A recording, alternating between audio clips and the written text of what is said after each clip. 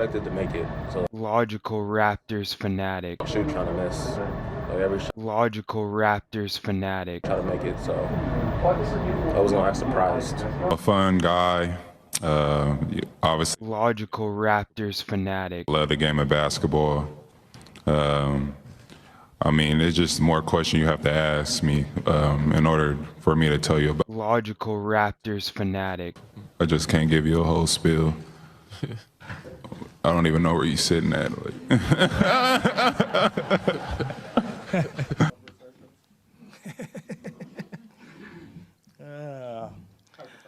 No Project Truth. has contacted me, and I see all the stuff that, like, you guys see. I dream like they dream. Yeah, Yeah, so they keep dreaming. I dream too. Salute, real ones. Project Truth always. Mike G back here with Logical Raptors fanatic. And this one's definitely going to be an interesting one. A two-topic video breaking down well, the main piece and the only trade we made at trade deadline. Kind of similar in veins of what we've been preaching on this channel, something more realistic, like poeltl coming back, because we know Masai likes poeltl. We know all the benefits of poeltl coming back to a system he knows, being best buddies with Pascal. We know all that kind of stuff. So we're going to talk a little bit more about that in the second part. But the first part, I'm going to prop up an interesting thing that I noticed from the open gym clips that I showed last week. And it's in part of that, but it ultimately translates into actually the premiere of my first kind of NBA clip I'm bringing from a raw game file, in a sense of like I recorded it. I'm trying to not trigger anything, so it'll be interesting, but strap back, enjoy, and we're gonna dive deeper on this one. It's gonna be a good one.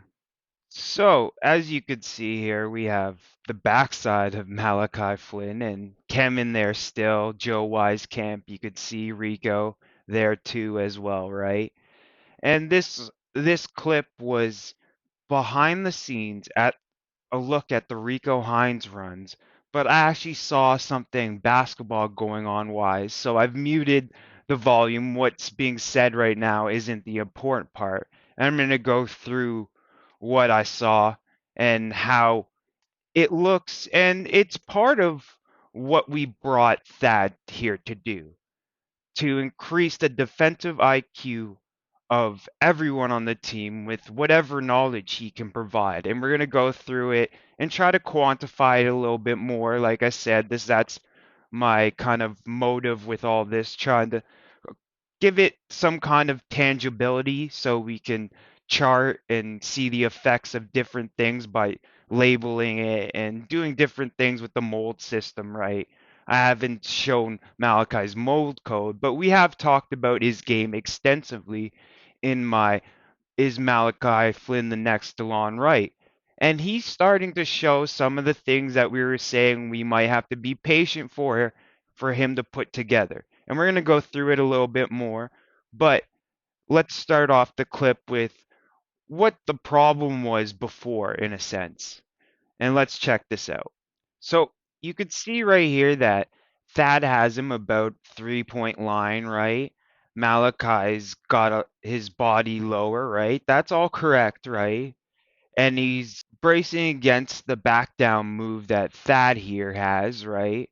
And this was an issue with Malachi, right? You can back him down literally from the 3-point line, and he's not strong enough or big enough to kind of stop it with momentum. But here's the thing, right? With different limitations, you have to learn different processes, right? And his process of being able to stop this action is in the IQ way of doing it, in a sense of using his IQ versus strength, right? In a sense of what he wants to happen here, right? Like, he can make the same thing happen whether a guy bumps into a guy and he has to pick up his dribble because he's lost control a little bit, or whether Malachi kind of pokes the ball out. And we're going to see this, but watch this initially, right? And check out how this kind of folds out, right? See, we could see just keeps getting pushed. His arms are not doing anything. Thad gets positioned, scores, right? So that's like kind of a lot of what made playing Malachi on the court difficult, was because bigger bodies like that had a handle could back him down fairly easily with no kind of anything regarding resistance. And the part of resistance is trying to get the outcome of the guy kind of either being uncomfortable and making a bad shot, or either him losing control and you taking the ball, right? There's different outcomes that can happen, but how you get to those outcomes can be very different in method. And obviously, Malachi doesn't have the strength to be like an OG or a Pascal or Scotty and kind of stand up and kind of provide a wall where they can't pass. He needs to do something else and to enable to stop this kind of action. And what Fred has kind of learned through his years, he's learned all this kind of stuff, but in his own way for his type of player he is. It's so specific. It's specific when learning not like normal tendencies, when you're kind of going away from the principles of what you're taught in basketball to stay in front of the man, always keep your position in a certain way, keep your hands up, do all these certain things. But there are times that doing other things opposite to what that is can increase your ability to really shore up your weaknesses in a sense, right? So let's continue on and let's look at this more, right? And it's funny the placement of this Thad insert of what his job is on these days, because it kind of, he talks about it, but in the background is actually showing you what he's doing in basketball terms. So let's let it do what it needs to do. That is killing. To be able to come in and bang and bump a little bit, on the court, but also get a chance to, pick each other's brain, get a chance to go over some defensive stuff, get a chance to. So it's a bit funny how he says go over some defensive stuff, because he does show, and you'll see in this clip, is kind of connected to the rant he makes later on about twos and threes. Like, if we let guys just get to the basket for easy twos, it hurts the team. If they're shooting great from three, it hurts the team. And you, as a guy on the bench, have a front row seat to see what's happening, what needs to be done, and you paying attention to the game and really getting into it can really increase your value. We talked about it last week, but this is in tandem with that too. Why he says the thing about twos and threes later. Watch this kind of play out and we'll break it down, right? So we can see here, similar thing going on, right? Almost like mirror image. Thad's backing down Flynn this time, but maybe after a little chat, a little understanding, a little talking to, Thad helped complete the piece for Malachi to be able to do this on a more consistent basis by understanding the metrics of what the forward is thinking on the back down and how to use this technique a little bit more cleanly, a little bit more properly without getting called for the foul, right? So let's see how it unfolds. Boom. See, did you see that though? Like, he kind of did stop abruptly, but you saw that kind of swipe around, right? So this motion right there. That one. Obviously, right here. So at this point, when Thad is about to either make another back down move or do something else, it's imperative that Malachi kind of lets the first back down move come, angle to the side closer to the net, and make him think that you're going to collapse inward, and then use this hand because you're smaller and can kind of shift around quicker than the big and surprise them on the other side, because when people are backing down they can't see what you're doing, so use that anonymity where they're using feel to figure out what's going on with you.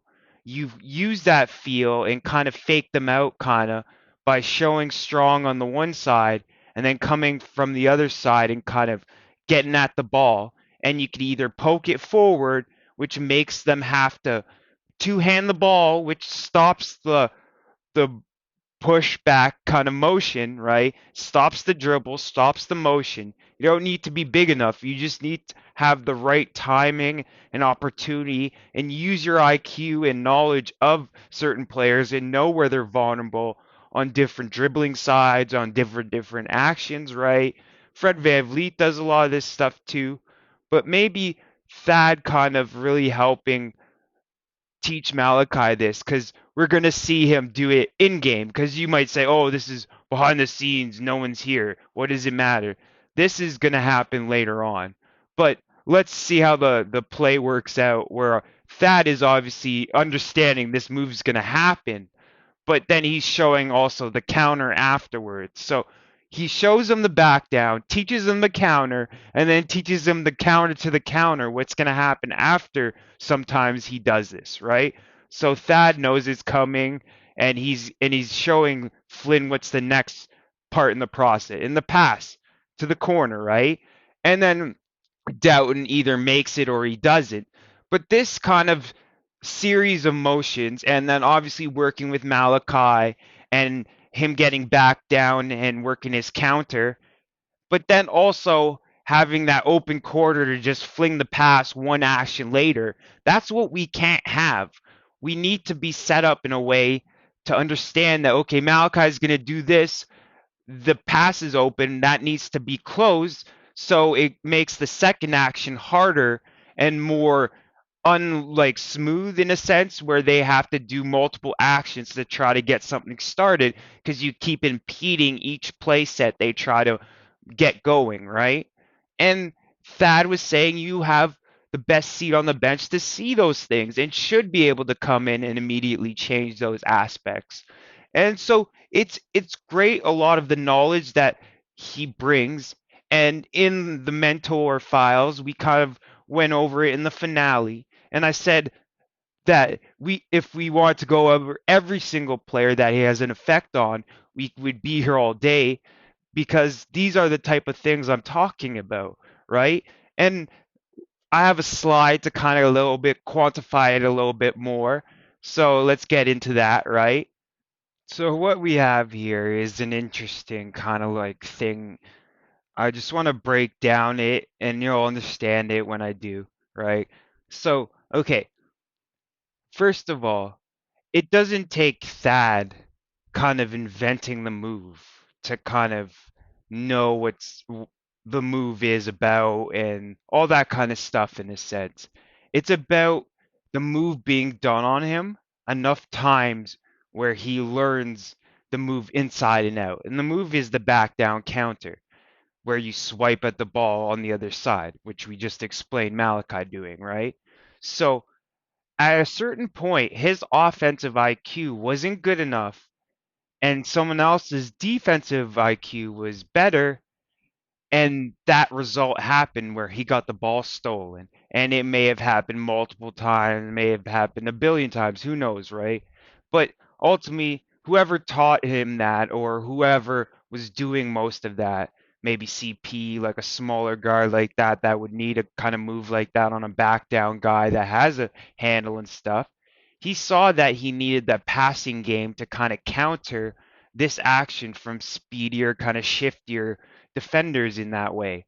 So then he built up his passing game, but that was a lesson he learned being a forward from a guard, and he now has both the forward lesson and sort of the guard lesson on the move and stuff, and how it works and why it works so well on him, and what else it could work well on. And he's probably taught this back down counter move over and over, where Van Vliet's probably only taught Fred or sorry, Malachi, or tried to teach him this, versus where Thad has kind of had a lot of different students try to kind of learn this, and he's seen different obstacles in the mentality and what they're missing.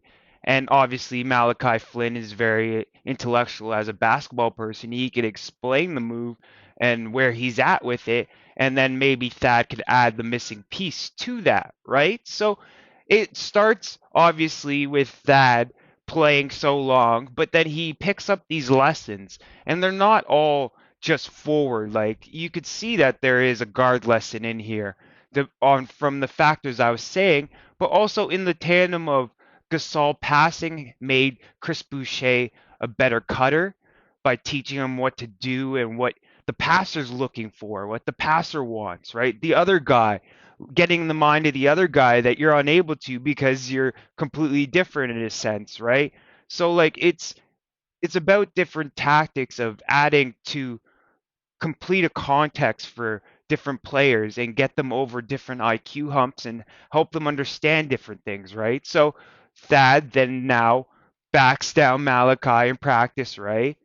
Teaches him the counter, right? And so his guard lesson that he's kind of refined over time, and that's why it's kind of this color, and you can see the corresponding colors like weak kind of offense. But yeah, so his refined guard lesson over time, because guards have probably kept doing this to him, has bared fruit for Malachi, and we're going to see in this clip, this live game clip. So as we can see here, this play setting up really interesting, but this is actually the first official clip from like the NBA I'm sourcing myself from the replay. You can see the timestamp and the time on it, but I zoom in more to the clip. I just want you to show how the play setting up, and as we can see here, it looks like 7.5 seconds left on the clock, and they have one last possession, the Rockets, and they've picked Malachi as the guy they think they can get a bucket on. And they think right now Malachi is food. So let's see how it unfolds. Obviously, I'm going to go into more of a zoomed kind of video, but we'll see, right? So this is the more so you can see what Malachi's doing. So obviously the possession's starting. We saw everyone kind of clear out. This guy wants ISO on Malachi, right? So it starts off. He's rolling. Oh, so okay. This is a point where he has an option to kind of dish it off to him, but he likes his chances against Flynn more than Van Vliet, right? So let's see how the play continues. All right, see how Malachi Flynn is moving his feet. He's trying to go outside, use his speed on Malachi, right?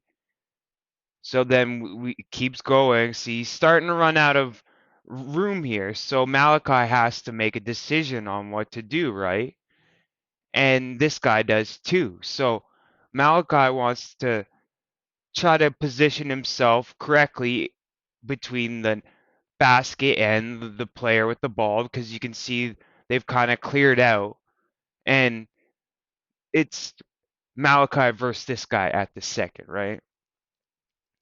So okay, we see him kind of stop there, realize he can't get past Malachi with his speed, right? So now he's turning towards the basket, and he sees kind of the trees maybe at this point, and he wants to kind of like push into Malachi so he can get closer to the basket without going closer to the trees, right?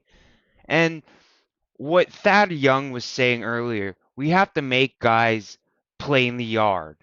Get them in the yard with the big boys, the big dogs, and have them fight through that instead of letting them get to open spaces where they can make shots in a sense of 3-pointers or pass to an open guy for a 2 or something like that. You know what I mean? Like the guards themselves have a job to do in a sense of hedging the bigger guys towards the yard.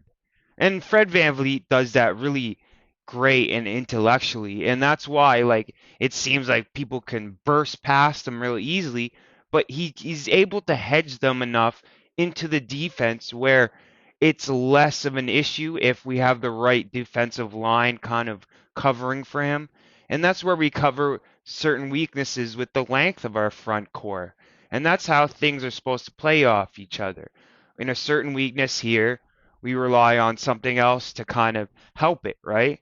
And it's all about realizing these connections and getting everyone in sync with a lot of the different things that need to be done day to day or whatever, right? So let's continue on with the play here. Okay, so we're going to see here that Malachi kind of being in his grill makes him uncomfortable and he kind of like loses track of the ball for a second, but recovers his dribble. So let's see that. So now he has his dribble right, and he's looking to make the spin move on Malachi with first this kind of like backup position.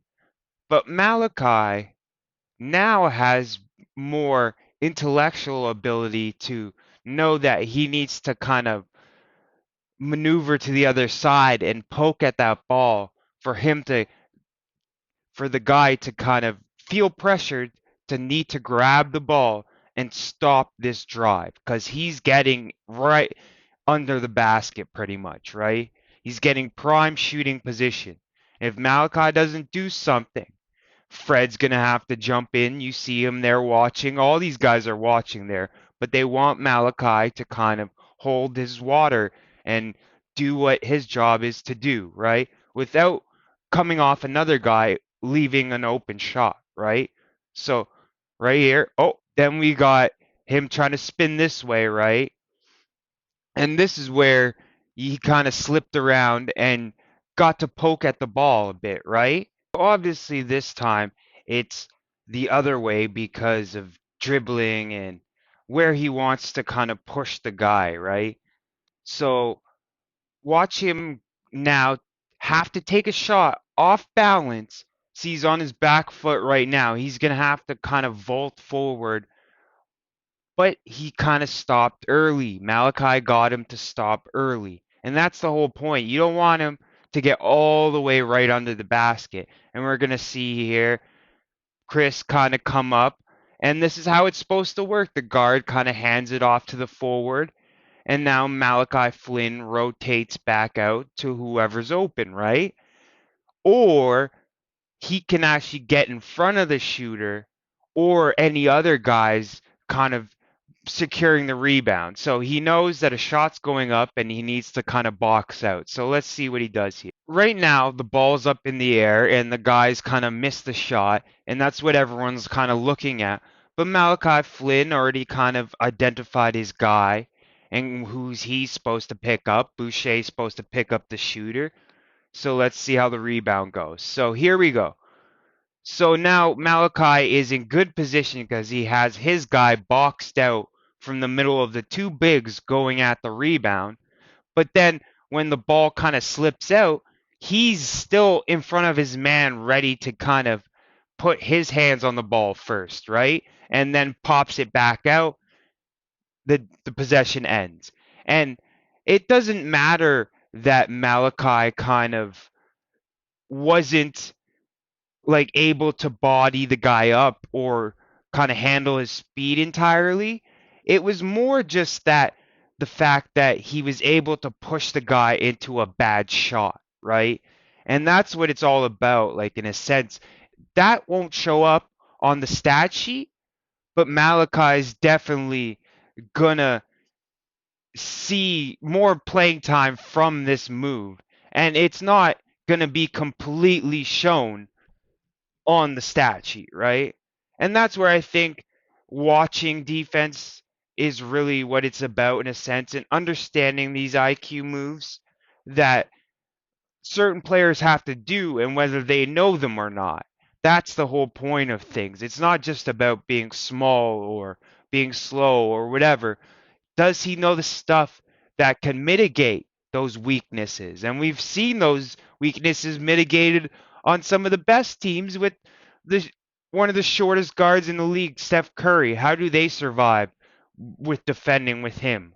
Right? So like there are ways of getting things done. We don't need a certain type of player.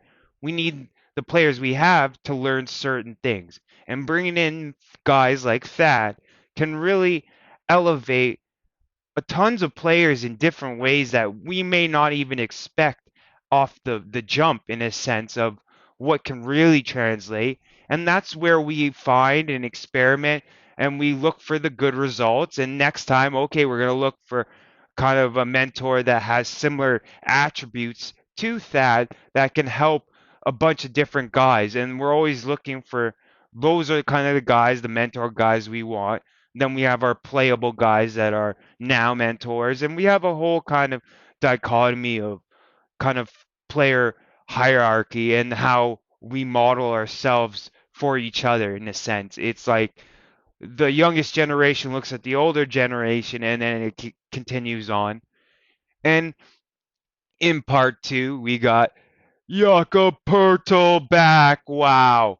Amazing trade. We're going to go over some of the details.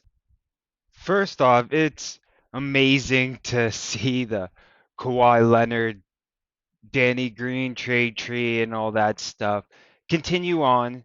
So, kind of my previous episode on it just before the trade deadline, where I said that it made a lot of sense that Jakob could be coming back to us based on timing and all the stuff that I kind of saw. It was the right moment to do it.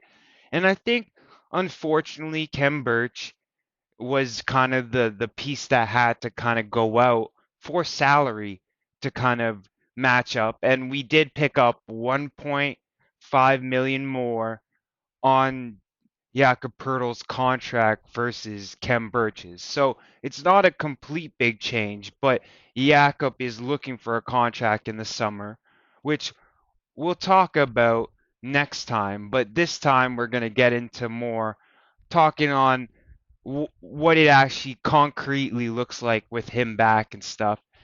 And I just wanted to kind of just touch on Kem Birch first and say, like, sometimes that's just the way things go and it sucks. Like the luck of things, like an injury, a knee injury kind of sat him out. And without knees, you can't really play basketball too well. So recovering and not being able to play must have been really tough, not really being able to do everything that he could. But I think he got enough time for development and different things that may extend his career a little bit more. Obviously, it didn't work out for like the long haul, but I think he understands what happened here, and the team really needs kind of what he was supposed to provide, but then due to knee stuff. The similar thing with Pat McCaw. We had him for a bit, really solid defensively, smart, kind of capable IQ player, but just didn't really have enough to run the team offensively on the other side and really get into set actions and read the defense like that. He was great at defending, managing his own defense, but ultimately, in the end, I think the injury derailed most of the time he had to work on his offense, and eventually we just have to kind of say, yeah, like it's not working out. We have to try something else now, right? And we hope the best of luck for these guys that continue on and see other things. And we have an interesting little thing in housekeeping to talk on that same kind of point. But let's go more into the kind of Yaka part of the deal and the picks. So one of the picks was a 2024 first top 6 protected, and then it pushes on, and stuff like that. But I think people are freaking out about the top 6 protection and it being not enough. Maybe we should have done a top 10 or something like that. But Masai, interesting enough, in the post kind of trade deadline presser, kind of like mentioned something where he has his eye on every draft and kind of scouting every draft and knowing the strength of each draft. And that signals to me that he thinks the 24 lot isn't very impressive and is willing to give up both those picks. And the second round is of this year isn't really spectacular, and maybe he thinks that the top side isn't much of an upgrade if we push the tank. Like, but I don't even think we are ever even looking at a tank seriously. Like, it takes a lot to activate those mechanisms in a winning culture, and relocation was probably the biggest factor in Masai's mind, not the fact that play in for what, and he corrected it in the press conference too. So we'll just continue on and let that be for another day. So there's the 2023 second and then 2024 second. And we've seen how kind of the seconds change hands and different things happen with those. And you're gambling based on your own team's position and what you think these picks will become. But also, it's Masai saying, hey, we have enough guys to really work on now. We don't need to continuously bring in this new and new and new and keep running new when we're trying to get to that next level. I think we have the guys here. We'll see. We'll give them a proper center and we'll data collect and see if we have to make any other changes, right? So that's the kind of period we're in right now. And I did say in the trade tree video, we were looking at poeltl as like this is mold code mold center 1/2. So like we were looking at him at the starting one or like the main matchup starter, like kind of like Serge Ibaka in his style. Well, like in his role minutes wise, but we would want the hybrid of both Gasol and Ibaka in the one position and have Jakob in the second position, but all Gasol kind of, and then in third position we have the Precious, right? In that kind of like smaller center, like but more scoring. And we went through this, right? And then Beta 2 because he left without passing and shooting. So he was a beta version, right? And he was our second chance at a center, which was our first chance was JV and kind of building this guy up, right? So now he comes back to us, and in the middle of this transformation, we can see all the years he's kind of been with San Antonio. And the day of recording this kind of episode of mine, the stream today was the day after trade deadline, and we were talking about a lot of the benefits that poeltl got from being with Greg Popovich and a great coach in a great system, and how I want to go into that deeper at a later part, our relationship with the Spurs, and maybe draw out some more connections. If a couple more trades happen that are really well, I'd like to also kind of dissect all the assets they kind of flip for Kawhi and Danny Green, because DeMar DeRozan got flipped for a bunch of picks and stuff, and Thad Young, and then they flipped Thad Young back to us. So, like, it's a really interesting kind of movement with this whole Kawhi Leonard trade and seeing what the Spurs got out of Kawhi Leonard in the end, right? And kind of adjusting different things about trades and understanding things. There's a lot to talk about on that, but so I don't want to dive too deep into the stats, but we could obviously see his assists have gone up. They're in a positive turnover ratio, right?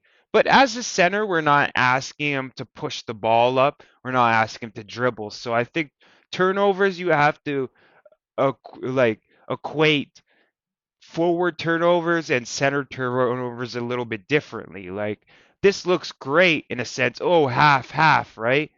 But he doesn't have the ball enough to turn it over in other circumstances. So these are mainly probably only the times that he really turns it over on like a rebound or actually missing a pass, right? That kind of turnover versus when there's a missed dribble and stuff from guys we're asking to dribble more. And that's kind of where I was saying we need to know when what scenario is what in calculating stats, and keep in mind these different differences because stats are not equated all the same. I think different mold types have different kind of settings and what statistics you're really looking at and stuff, right? So I think ultimately we've seen an upgrade in his passing, right? And then obviously his total rebounds, he grew into his man body, so he's now more at 9 rebounds and stuff. So I gave him a more updated code of mold center 2 alpha 2.0, right? So like alpha because now he has more of a passing bag to like kind of start building on. Like it's not just it's starting to get your foot in the door, and then I'll give you a certain classification because you're always working to perfect it. It's never going to be completely perfect, but you're always working on a skill to get it almost to perfect in a sense, in the way your style is and how you play and how everything kind of works with the team and what you need to be doing role wise, right? So there's a lot of different things, and a lot of the Raptors freaks were really on top of the fact that Jakob is really good for Christian's development, like we were saying Gasol was for Boucher. And the kind of effects of it kind of faded a bit with Boucher, but now getting Jakob back in here and re-solidifying that kind of base in Koloko can really get him to that center one spot we want, where he's a mix of both guys and just like the best center and most versatile we can put on the court at one time, where Jakob's more of a specialist for super heavy bodies, and then Precious is there for matchup wise. If they want to go small on us, we'll bring in Precious and we'll murk you that way, right? So it's about the versatility, and it was never just about everybody 6'9". Even Masai said like 7 foot is part of 6'9" in a sense. And then he's saying Fred Van Vliet is bigger than 6'9" because of the stuff he does based on leadership, heart, winning of a champion, and willing to sacrifice and use his IQ to really help the team and stuff like that. And there was a lot of people wishing for those type of trades, but I think we've heard, and I did play that clip consecutively enough in the Thad Mentor files, that we heard Masai at the end say, I don't, you guys know I'm not too big on the trade deadline. I believe that the things that you want to build towards are done in the off season, where you can build a winning and a sustainable winning kind of system, and not just patchwork for 1 year to win for a year, and then what are you going to do after that in a sense. And this is always kind of looking forward and ahead for the Raptors, and always trying to get the best deal out of everything, in a sense of like, yes, we could have maybe paid a bigger price and got Pirtle earlier, but what does that do to our assets and what we're looking to do down the road when we're looking to put those more assets to compete in a sense versus, right, just acquiring talent. But this was kind of a really big hole. We talked about it. We've seen that there was one hole that we could not fix no matter how much we developed, and that was having a 7 foot body like Jakob, like a heavy body center, and having him now really will make a difference versus Kano. No, obviously he's the guy for the future, but like I said, it takes a number of years to really get these IQ position kind of centers really up to snuff and able to really man the back line for a team. And that defensive commander position where he's calling out different stuff. Jakob knows what he needs to do here and what's expected of him and what we've always kind of preached. So there is a lot less risk with bringing Yaka back versus someone else or completely changing up the team core wise. And I think we're just going to roll on. I think the injuries obviously hit us and it kind of threw the whole team out of sync and they weren't able to grow together. But we did see those individuals grow enough in that kind of aspect individually. And now it's just about kind of really putting things together and bringing things back into the direction of growing together, not just growing individually. And I think there is a lot in that. And we'll obviously break it down more. But then let's go into how revised the Kawhi trade is now, right? So as we could see here, I kind of recycled the same slide from the Bargnani to part of Kawhi Leonard trade tree video, and I've kind of corrected what's actually going on and kind of cap off the end of this kind of episode here with this kind of interesting little tidbit that I did mention the day of the trade on Raptors Freak channel. So let's go into it a little bit more here. So DeMar DeRozan plus Jakob Poeltl, and we know the trade, right?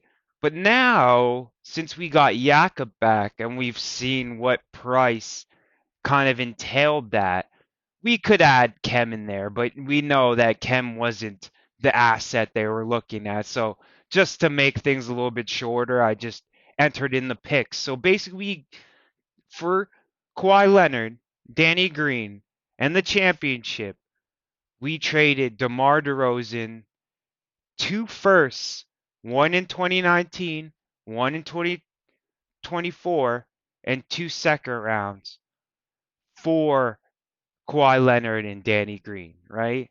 So like it's ultimately like we kind of circled back on the asset that we had plans on going forward with us and seen him as a fit, and the Spurs weren't really doing anything with their team at that moment, and they still knew that by getting DeMar DeRozan and Jakob Poeltl in this first, they could use the first, but then retain value through solid kind of players that will retain certain value, right? And Jakob retained value, but not as much probably as they were hoping. But still, that's a nice haul of picks in a sense for one aspect. And then I did say before DeMar kind of got signed and traded for a a couple picks, Thad, and some other stuff. We looked at it in the Thad mentor files, right? We looked at that trade.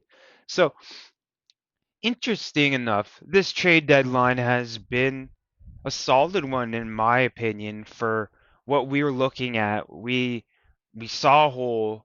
We get some time to evaluate without having to make that move that we need to do before the OG money and spicy money comes on. Because we did see we could band-aid the salary cap this year and hold even Gary Trent through Jr. and Fred VanVleet and Pirtle through the summer if we start trimming some of the depth pieces off, where I think that's where Thad is going to maybe get trimmed off, maybe a couple young guys or two, right? You know what I mean? Maybe we trade away Otto. Who knows? Like he accepts his player option, but then just based on money and stuff, we have to kind of let him go to maybe get under that luxury tax, or we pay a little bit of luxury tax next year. Either way, there are very open avenues to still have recouped value on either Fred VanVleet or Gary Trent leaving. And Masai said, like, lose them for what, in a sense?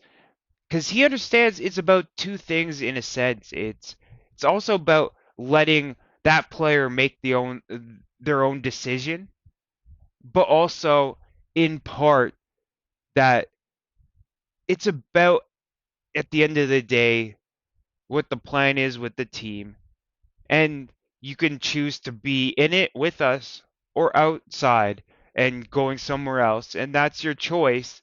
And we aren't going to get pressured by anyone saying they need a certain amount of money or anything like that. that will push us off what we need to be really doing, right? So, housekeeping. Obviously, I want to always start off by saluting the real ones and thanking them for the likes, comments, subs.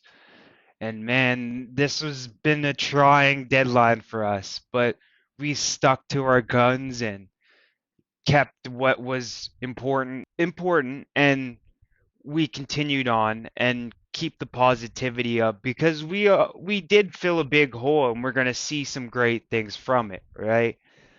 I also want to salute out after his kind of hiatus a little bit, maybe life got busy, work, you know how it be, right? I got a little bit busy last couple weeks with a lot of different things and wasn't able to kind of really put as much into my videos, but now that I got more time, I'm going to definitely work on different things. I know there's a couple snafus this week a little bit, but most things got cleaned up and things are gonna be better and higher production wise. And we're gonna get into more interesting stuff as time goes on, obviously, right? And I always wanna salute out Grubstown Clink because some of his information, well, all of his information is really good, but some of it's so insightful and like not some of the stuff you're not going to hear anywhere else because he has his own kind of fresh ideas on different things. And I think it's a great resource to kind of dive deeper into some of the basketball stuff. He was talking a bit on the salary and some of the different kind of things involving with that, right? So he's definitely someone that is a really good real Raptors fan, enjoys, and he's actually my first person that kind of shouted me out in a sense on their channel and gave me the time of day when I had like 20 subs. So Grubs down, Clink, always gonna be in the my good books and someone that I definitely support and shout out and definitely check out his videos. But now we'll get on to our graphic here, right? You know what I mean? So we definitely got a bunch of pictures of a very recognizable former Raptor, and that's Stanley Johnson. And it's interesting, kind of his road after the Raptors and that whole debacle with, well, not a debacle, but kind of Nick Nurse wrote in his book what he said to him. He's like, "You're not a good player," and stuff like that. And he kind of had to readjust his expectations in the league. And it's kind of bared fruit, at least enough to still have opportunities to really be in the NBA, work on his game, even though he isn't like an above level talent in a sense. And it's funny how like the Lakers went and swooped him up because of course an LA team swooping up a former Raptor, what's new, right? It's funny this pick here, he kind of gets like bonked on the head by Brooklyn net, and he kind of hit a roadblock there a bit because it just the rotten culture and it just wasn't right. He got playing time, looked okay, but they had a lot of issues, and that wasn't really the spot I think he was going to get his opportunity. But interesting enough, the game before the trade deadline, the like you know what I mean. We played the Spurs and Jakob, and people think that Jakob may have played worse just to lower the trade value a little bit. I think that's a funny kind of theory, but I don't know how much validity, right? So, but we saw Stanley playing in a Spurs jersey, so he's kind of like again after the Lakers kind of dumped them on Utah, Utah bought him out at the beginning of the season. I seen actually some pics that he was playing for the Spurs like G League team or something like that, like a spurred colored G League kind of outfit. And I think maybe just like giving him a chance in the G League kind of brought him back up to like the NBA again because he has locked in on the stuff that he's really good at and does for a team. I'm just glad to still see him in the league, even though we don't have a place for him on this team. I'm glad to see that he is still in the league, and I wish the best for all former Raptors and current Raptors too. Like, once you become a Raptor, I want the best for you, right? That's how it works. Loving a team, when you get someone, you sort of want the best for them, because best for them means the best for you. And after that too, because obviously they put so much hard work into us that they deserve success, no matter if it's with us or wherever, right?